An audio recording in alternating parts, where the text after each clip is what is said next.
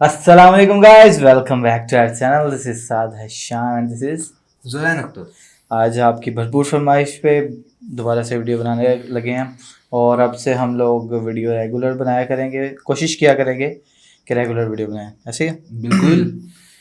तो आज हम लोग रिएक्शन देने जा रहे हैं। वो मैंने तो इतना ध्यान नहीं दिया गौतम अडानी साहब पे, क्योंकि हाँ। वो मुकेश अंबानी को तो उनके जो धीरू भाई अंबानी थे उन्होंने बिजनेस दिया था, उन्होंने दो हिस्सों में डिवाइड किया था, मुकेश अंबानी और अनिल अंबानी को।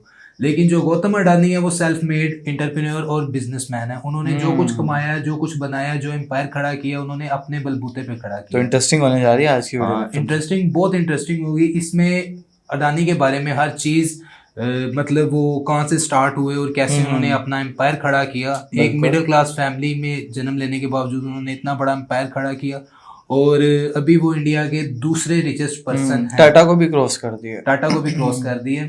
वो टाटा की बात तो एक अलग है, क्योंकि वो बहुत ज़्यादा रेवेन्यू जनरेट करते हैं, लेकिन वो चैरिटी वाली साइड पे हैं। लेकिन ये अडानी जो हैं, इन्होंने मुकेश अंबानी के करीब करीब पहुंच चुके हुए हैं और अगर इस तरह चलते रहे तो ये वो वक्त दूर नहीं कि ये इंडिया के पहले रिचेस्ट पर्सन बन जाएंगे।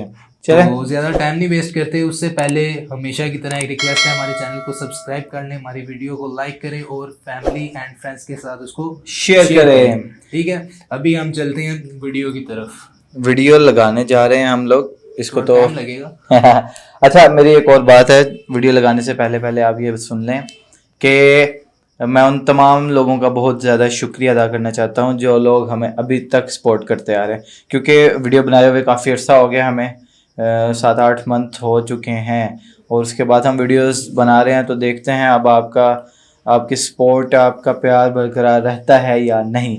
So let's start the video. 3, 2, 1 and start.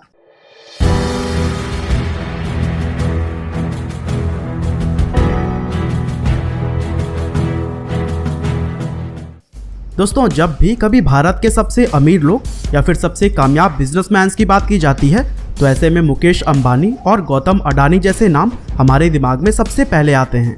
अब यूं तो नेटवर्थ के मामले में मुकेश अंबानी गौतम अडानी से काफ़ी आगे हैं, लेकिन एक चीज़ है जिसमें कि वह भी गौतम अडानी से मात खा जाते हैं। असल में मुकेश अंबानी तो अपने पिता के शुरू किए हुए बिजनेस को आगे बढ़ा रहे हैं, जबकि गौतम अडानी ने अपना पूरा एम्पायर अपनी खुद की मेहनत से खड़ा किया है और यही चीज उन्हें एक बड़ा बिजनेसमैन होने के साथ ही एक बेहद कामयाब एंटरप्रेन्योर भी बनाती है। और दोस्तों, इसीलिए आज की हमारे इस इंटरेस्टिंग वीडियो में भी हम आपको गौतम अडानी के एक मिडिल क्लास फैमिली में जन्म लेने से लेकर भारत के दूसरे सबसे अमीर इंसान बनने तक की मोटिवेशनल कहानी को बताएंगे। तो चलिए दोस्तों, अब इस मजेदार वीडियो को शुरू करते हैं। तो दोस्तों, इस सफर की शुरुआत होती है 24 जून 1962 से, क्योंकि इसी दिन ही गुजरात के अहमदाबाद शहर में गौतम शांतिलाल अडानी या फिर कहें कि गौतम अडानी का जन्म हुआ था। गौतम के पिता शांतिलाल अडानी गुजरात में ही कपड़े का व्यापार करते थे और उस समय उनका परिवार एक मिडिल क्लास फैमिली माना जाता था। और फिर आगे चलकर गौतम ने अपनी स्कूल की पढ़ाई सेठ चिमनलाल नगिनदास विद्यालय नाम के एक स्कूल से की थी और स्कूल की पढ़ाई पूरी करने के बाद उन्होंने गुजरात यूनिवर्सिटी में एडमिशन ले लिया था। वैसे गौतम ने यूनिवर्सिटी में एडमिशन तो ले लिया, लेकिन उनका मन पढ़ाई लिखाई में बिल्कुल भी नहीं लगता था। दरअसल गुजरात के दूसरे लोगों की तरह ही उनका मन भी अपना बिजनेस करने का था और यूनिवर्सिटी में पढ़ाई करना उन्हें समय की बर्बादी नजर आता था और इसीलिए गौतम ने अपना बीकॉम पूरा करने से पहले ही पढ़ाई बीच में ही छोड़ दी और फिर उन्होंने भी अपना पूरा फोकस खुद के बिजनेस को शुरू करने पर लगा दिया। वैसे यूं तो उनके पिता का कपड़े का व्यापार था और गौतम चाहते तो पिता के साथ उनके व्यापार में भी हाथ बटा सकते थे, लेकिन उन्हें अपने पिता के बिजनेस में जरा भी दिलचस्पी नहीं थी और वह अपना कुछ बड़ा करना चाहते थे। और चूंकि उस समय वह काफी यंग थे, साथ ही उन्हें बिजनेस की भी कोई खास समझ नहीं थी, इसीलिए उन्होंने अपना काम शुरू करने से पहले बिजनेस की बारीकियों को सीखने और समझने का निर्णय लिया। और फिर बिजनेस सीखने के लिए वह बहुत ही कम उम्र में ही मुंबई शिफ्ट हो गए, जहां अपना खर्चा चलाने के लिए महेंद्र ब्रदर्स नाम की एक डायमंड फर्म में उन्होंने हीरो की परख और उनकी छटाई का काम शुरू कर दिया। और इस फर्म में उन्होंने लगभग 3 साल तक काम किया और यहीं से उन्होंने बिजनेस की बुनियादी चीजों को भी सीखा। वैसे उस समय तक उनके पास अपना खुद का बिजनेस शुरू करने के पैसे नहीं थे, इसीलिए उन्होंने इस काम को और भी ज्यादा लंबे समय तक किया। और फिर आगे चलकर जब कुछ साल में गौतम अडानी के पास पर्याप्त पैसे हो गए तब उन्होंने जॉब छोड़कर मुंबई के जावेरी बाजार के अंदर अपनी खुद की डायमंड ब्रोकरेज फर्म की स्थापना कर दी और यह गौतम अडानी के द्वारा शुरू किया गया उनकी जिंदगी का पहला बिजनेस था। अब चूंकि गौतम के अंदर व्यापार करने की जबरदस्त काबिलियत थी, इसीलिए उनका यह पहला बिजनेस ही चल निकला और उन्होंने इस ब्रोकरेज फर्म के जरिए काफी सारा पैसा भी कमाया। हालांकि दोस्तों, सिर्फ पैसा कमाना ही एक लक्ष्य नहीं होना चाहिए, बल्कि कमाए हुए पैसों को सही जगह पर इन्वेस्ट करना भी बहुत ही ज्यादा जरूरी होता है। और हम सभी के इन्वेस्टमेंट को ही आसान करने के लिए काम कर रहा है ग्रो ऐप। दरअसल grow free online mutual fund investment platform है, जहां पर आप 5000 से भी ज्यादा म्यूचुअल फंड्स में से किसी को भी चूज करके इन्वेस्ट कर सकते हैं। और दिलचस्प बात यह है कि यहाँ पर सभी डायरेक्ट म्यूचुअल फंड्स होते हैं, मतलब कि आपको किसी एजेंट या मिडिल मैन को कमीशन नहीं देना पड़ता। और ग्रो के अंदर आपको यूपीआई, डेबिट कार्ड और एनईएफटी जैसे पूरी तरह से सिक्योर्ड पेमेंट ऑप्शंस मिलते हैं, जो कि आपके इन्वेस्टमेंट को पूरी तरह से सुरक्षित बना देते हैं। साथ ही आप कभी भी अपने पैसों को सीधे अपने बैंक अकाउंट में विड्रॉ कर सकते हैं। और यदि आपने पहले से ही इन्वेस्ट कर रखा है तो इस ऐप के अंदर आप अपने इन्वेस्टमेंट को एक ही जगह पर ट्रैक भी कर सकते हैं। तो दोस्तों, 10 मिलियन प्लस यूजर्स वाले ग्रो ऐप को अभी डाउनलोड करिए और अपने पैसों को म्यूचुअल फंड और स्टॉक्स के जरिए काम पर लगाइए। बस आपके पास पैन कार्ड, फोटो और बैंक डिटेल्स होने चाहिए। डिस्क्रिप्शन में दिए गए लिंक से अकाउंट 2 मिनट के अंदर ही ओपन हो जाएगा। Investment in the securities market are subject to market risk. Read all the related documents carefully before investing. Please read all scheme information document, key information memorandum and other related documents carefully before investing. Past performance is not indicative of future returns. हालांकि दोस्तों, कहानी में अभी तक हमने यह जाना था कि अडानी का पहला बिजनेस ही काफी अच्छे से चल पड़ा था और उन्होंने डायमंड ब्रोकरेज फर्म के जरिए काफी सारा पैसा भी कमा लिया था। लेकिन फिर 1981 में गौतम अडानी के बड़े भाई मनसुख भाई अडानी ने अहमदाबाद में एक प्लास्टिक यूनिट को खरीद लिया था और प्लास्टिक के इस नए बिजनेस में हेल्प के लिए उन्होंने गौतम को अपने पास बुला लिया और फिर गौतम भी अपने भाई की मदद करने के लिए तुरंत ही अहमदाबाद पहुंच गए। अब गौतम के बड़े भाई की जो यह कंपनी थी, उसको हर महीने 20 टन पॉलीविनाइल क्लोराइड की जरूरत पड़ती थी और चूंकि भारत से उनकी यह जरूरत पूरी नहीं हो पा रही थी, इसीलिए गौतम को पॉलीविनाइल क्लोराइड दूसरे देशों से इंपोर्ट करवानी पड़ी। और फिर यहीं से गौतम अडानी को इंपोर्ट एक्सपोर्ट करने के दाव पेचों की जानकारी हुई। दरअसल गौतम को इंपोर्ट एक्सपोर्ट करना काफी पसंद आया और उन्होंने इस फील्ड में भी बिजनेस करने का फैसला कर लिया, जिसके बाद साल 1988 में उन्होंने अडानी एक्सपोर्ट्स लिमिटेड नाम की एक कंपनी शुरू की और यही कंपनी आज अडानी इंटरप्राइजेज लिमिटेड के नाम से जानी जाती है।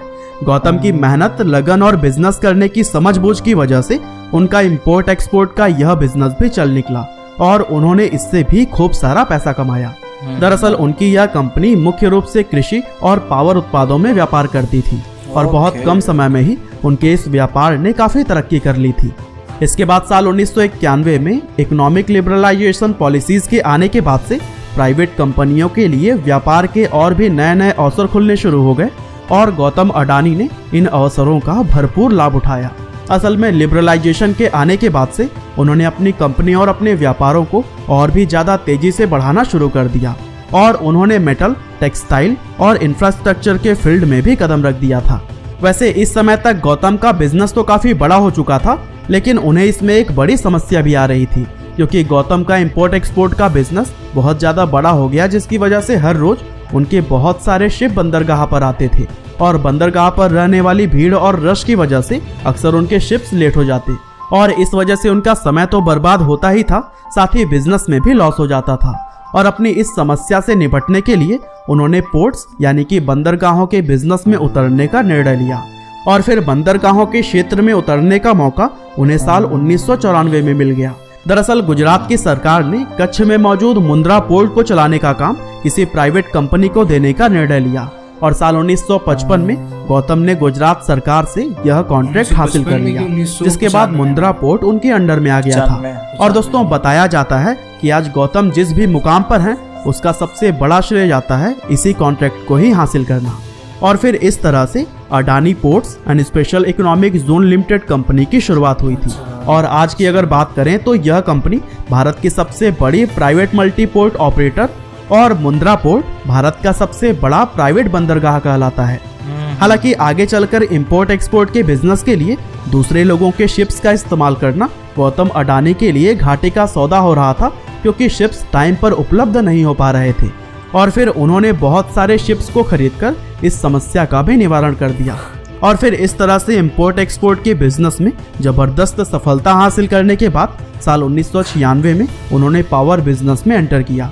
लेकिन उन्हें उनके दूसरे बिजनेसेस की तरह ही पावर बिजनेस में भी कई बड़ी समस्याओं का सामना करना पड़ा। दरअसल पावर के बिजनेस में थर्मल पावर के लिए जब उन्हें कोयला प्राप्त करने में समस्या होने लगी, तब उन्होंने कोयले की खानों को ही खरीदना शुरू कर दिया। और इस तरह से सिर्फ ना उनकी कोयले की समस्या दूर हुई, बल्कि उनकी कंपनी में एक और नया बिजनेस जुड़ गया। क्योंकि जब कोयले को ट्रांसपोर्ट करने में दिक्कतें आने लगी, तो इस परेशानी को भी खत्म करने के लिए उन्होंने अपनी खुद की लॉजिस्टिक कंपनी शुरू कर दी। यानी कि गौतम अडानी के सामने जब भी कोई मुश्किल आती थी, तब उनका एक बिजनेस और बढ़ जाता था। और इस तरह से अपने बिजनेस और कंपनियों की गिनती बढ़ाते बढ़ाते अडानी ग्रुप बहुत ही कम समय में कंपनियों का एक बहुत बड़ा समूह बन गया। और इस समय की अगर बात करें तो आज गौतम अडानी की बहुत सारी कंपनियों में से 6 कंपनियां ऐसी हैं जो कि स्टॉक एक्सचेंज पर भी लिस्टेड हैं। और साथ ही गौतम अडानी अभी भी नए नए बिजनेसेस में कदम रखते ही जा रहे हैं। तो दोस्तों, देखा ना आपने, इतने सारे प्रॉब्लम से सीख लेते हुए हमेशा गौतम अडानी आगे बढ़ते रहे और आज वह भारत के दूसरे सबसे धनी इंसान बन चुके हैं। तो दोस्तों, आज की हमारी इस वीडियो में तो बस इतना ही था। आपको यह वीडियो कैसी लगी हमें कमेंट करके जरूर बताइएगा। और हाँ, अपने पैसों को आप काम पे लगाइए और ग्रो ऐप को डिस्क्रिप्शन में दिए गए लिंक के जरिए डाउनलोड करना ना भूलिएगा। आपका हाँ जी, तो कैसी लगी स्टोरी? बहुत ज़्यादा इंस्पायरिंग है। और इस बंदे के सामने जो हर्डल आता रहा है, ये वो हर्डल को यूज़ करके आगे जाता है। नया बिजनेस, हर्डल को यूज़ करके उसको नया बिजनेस कन्वर्ट। शिप्स नहीं मिलता था तो शिप्स खरीदने शुरू कर दिए। कोयला नहीं मिलता था तो कोयले की खान नहीं पूरी की पूरी। ट्रांसपोर्ट का इशू था, अपनी लॉजिस्टिक कंपनी स्टार्ट कर ली। क्योंकि ये होता है कि थर्ड पार्टीज जो होती है ना, वो बहुत ज्यादा चार्ज करती हैं। वो आपको, अगर आप अच्छे बिजनेसमैन हैं तो आपको उसकी समझ होती है कि नहीं यार, अगर मैं अपना काम करूंगा तो ये मुझे इतने % काम पे मिलेगा। 10 रुपए में आप अपना काम कर लेंगे, लेकिन वो आपसे 20-50 रुपए लेंगे, डबल से भी ज्यादा चार्ज करते हैं। और यही माइंड हमारा भी, सोच ये हमारी है। और आहिस्ता आहिस्ता हम भी इसी फील्ड में आने की कोशिश कर रहे हैं, बिजनेस की फील्ड में। बस थोड़ी मेहनत रिक्वायर्ड है और मेहनत करेंगे, आप लोग जरूर करेंगे। आपका साथ बहुत ज्यादा जरूरी है, दुआएं रिक्वायर्ड है। हाँ, ऑब्वियसली। एनीवेज, वीडियो बहुत अच्छी लगी। लास्ट टाइम जब हमने वीडियो बनाई थी तब मुकेश अंबानी और रतन टाटा इन दोनों के जो आपस में कंपैरिजन किया था हो रहे थे। और अब अगर कोई सजेस्ट करना चाहे तो हम मुकेश अंबानी और गौतम अडानी के बीच में कंपैरिजन के हवाले से भी एक वीडियो लेके आएंगे इसी तरह। और जिन जिन लोगों को लगता है कि आने वाले 5-7 साल में गौतम अडानी मुकेश अंबानी से ज्यादा रिच हो जाएंगे, वो कमेंट करें। और एक और चीज़ हमें बताएं कि ये क्या सीन है, क्या ये भी बहुत ज़्यादा करते हैं डोनेशंस? ऑब्वियसली करते तो होंगे, लेकिन अभी तक जो हमने सुना है रतन टाटा उसमें टॉप पे हैं। तो क्या आप हमें बताएं लेटेस्ट डिटेल्स क्या हैं? ओके, ठीक है। और अगली वीडियो के साथ मिलते हैं। तब तक के लिए अपना बहुत ज़्यादा ख्याल रखें, दुआ में याद रखें। अल्लाह हाफ़िज़ एंड पीस।